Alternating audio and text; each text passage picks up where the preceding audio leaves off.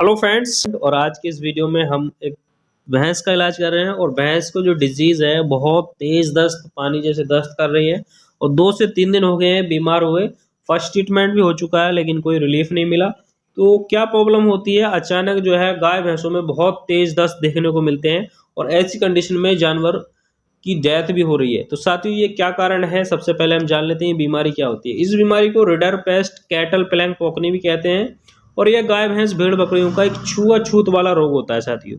और ये ज़्यादातर विदेशी गायों में फैलने को देखने को ज़्यादा मिलता है और उन्हीं से जो है सभी जानवरों में फैलने को मिलता है। हालांकि भारतवर्ष में पहली बार इसको मुक्त कर दिया गया है, फिर भी कहीं कहीं इस रोग की घटनाएं हमें देखने को मिलती है। इसका कारण है साथियों, सीधे इस बीमारी का कारण है आरएनए विषाणु। यानी आरएनए विषाणु एक ब्लड में होता है जिसकी वजह से बीमारी फैलती है। और जो बीमारी का लगने का ढंग है, यह है स्वस्थ पशुओं में और बीमार पशुओं के संपर्क में। जब कोई स्वस्थ पशु बीमार पशु के संपर्क में आता है तो ये बीमारी फैलती है। जैसे कि पशु के मलमूत्र तथा दूषित चारा या दूषित पानी पीने की वजह से, या चिड़िया या मक्खियों के जो मल होता है उसको चारे के साथ खा लेने की वजह से ये प्रॉब्लम प्रकट होती है, या कोई फूड पॉइजनिंग का शिकार हो जाता है, तब ये जानवर जो है तेज दस्त करने लगते हैं और इस प्रकार की कंडीशन बनती है। और पशु का जो टेम्परेचर है वो डाउन हो जाता है, कभी कभी नॉर्मल भी रहता है और पशु जो है बहुत जल्दी जल्दी 5 से 10 मिनट के अंतराल में बहुत तेज पानी जैसे दस्त जो है करने लगता है। और साथ में 104 या 106 कहीं कहीं भी बुखार भी देखने को मिलता है। और जिसकी वजह से पशु गाय भैंस जो है सुस्त होकर खाना पीना बंद कर देता है, साथ में उसको जुगाली भी नहीं करता और पेट में कब्ज हो जाती है। गोबर, कहीं कहीं ऐसे भी देखने को मिला है कि गोबर में जो है सूखी सूखी आमसी आने लगती हैं। और पशु के जो मल होता है, जो गोबर होता है, उसमें खून भी आने लगता है और पशु की आंख जो है वो बिल्कुल गड्ढे में हो जाती है डिहाइड्रेशन की वजह से, यानी पानी की कमी की वजह से। और स्लेथमिक झिल्ली बिल्कुल लाल हो जाती है तो, और मुंह से पानी निकलने लगता है और पतला गोबर के साथ आम भी आती है। तो साथियों, ये कारण है, बहुत ही खतरनाक है और पशु की 2 से 3 दिन में मृत्यु हो जाती है। तो ऐसी कंडीशन में हमें, अगर आपके गाय भैंस को पतले दस्त या बछड़ों को पतले दस्त हो जाते हैं, तो सबसे पहले हमें 2 से 3 बातों को ध्यान रखना है। उन पतले दस्तों में देखना है कहीं पतले दस्तों में जानवर की मोटा चारा तो नहीं आ रहा है, साथ में पेट की कीड़ों की जो दवा है कब दी है कब नहीं दी है, ये जरूर ध्यान रखने। और जो गोबर है उसमें बदबू तो नहीं आ रही है। अगर इस प्रकार के लक्षण आ रहे हैं तो सबसे पहले जानवर की डिवॉर्मिंग करें, यानी पेट की कीड़ों की दवा दें।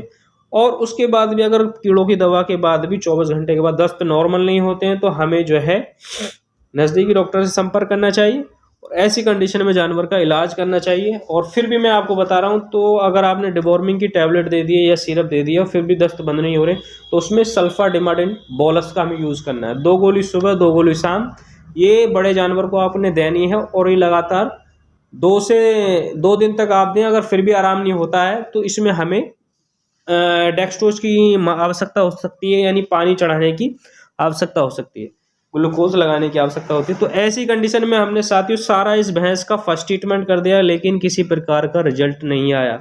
तो हमने क्या काम करा, इसका बॉडी का टेम्परेचर लिया, बॉडी का टेम्परेचर नॉर्मल है और साथ में इसका एसिडोसिस चेक करा, कहीं पेट में किसी प्रकार की कंडीशन तो नहीं है ख़राब, पेट में कब्ज तो नहीं है। लेकिन इसकी जो प्रॉब्लम बनी है वो बहुत तेज़ दस्त कर रही है, पतले दस्त कर रही है, जिसकी वजह से इसका दूध उत्पादन क्षमता कम हो गई है और साथ में इसने जुगाली भी बंद कर दिया है, खाना पीना भी बंद कर दिया। तो हमने इसको जो डेक्सट्रो चढ़ा रहे हैं, तो डेक्सट्रो चढ़ाने का उद्देश्य साथियों, जब सब दवा फेल हो जाती हैं और दस्त नहीं रुकते हैं तो ऐसी कंडीशन में डेक्सट्रो चढ़ाना बहुत ही ज़रूरी है। अगर जानवर को 2 दिन से लगातार जो है दस्त हो रहे हैं, डिवॉर्मिंग कर दी है, इंजेक्शन भी लगा दिए, लेकिन फिर भी कोई रिलीफ नहीं हो रहा है, तो ऐसी कंडीशन में हमें जो है जानवर के ग्लूकोज लगवाने चाहिए दस्तों में, तभी जानवर को आराम मिलेगा, अन्यथा आराम नहीं मिलेगा।